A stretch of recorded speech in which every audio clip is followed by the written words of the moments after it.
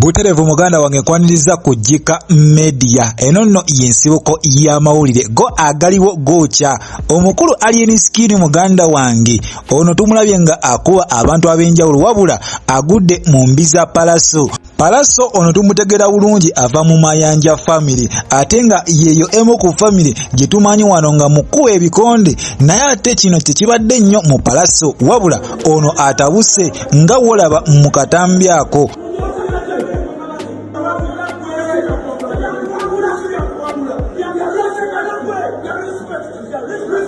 Pallaso ng'asumula ebikonde wabula omukulu alienskin ye ngalaga bamufunzizza. Jukira alienskin ono yaliko bouncer era tumulaba nnyo muganda wange ng'akuba bbaga ozifiirako kitegeeza kyonna ekimusala maaso akuba bukubi era tuzze tumulaba ng'anoonya abantu ab'enjawulo. Ono yanoonyako ku kasuku amube amwaseyase wabula si kasuku yekka azze anoonya abantu bangi emabegakaawo yatomeza bouncer omu ow'ebbaala emu era yamaliriza akwatibwa poliisi bwetyo nerabika nga munange emuteeka mabega wa mitayimbwa wabula olwaleero muganda wange tebigenze bulungi.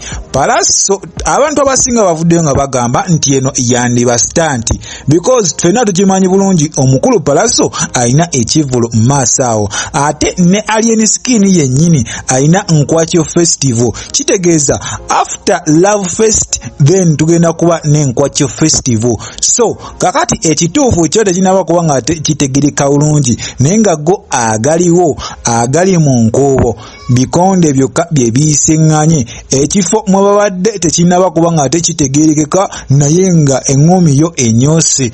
Of course tugenda kuba nga ate tumanya updates zonna because Pallaso alina ovaayo n'atubulira ate lwaki yakubye munne ebikonde omufiirako munnange yamuvumye ki yamubidde ki because toyinza kumala gava eri munnange n'okuba omuntu from nowhere. Akati nno munnange weegendereze Pallaso ennaku zino tasalikako musale tuwadde tuwaana alienskin naye muganda wange agudde mu mbi buterevu anti oli kujika media ensibuko ya mawulire gwadona bakuwanga osubscribing again osubscribing likinga commentinga ate obenga ofuna agakagwawo naga kuyiseeko. Nsaba Mukama Katonda abankuumire mweraba.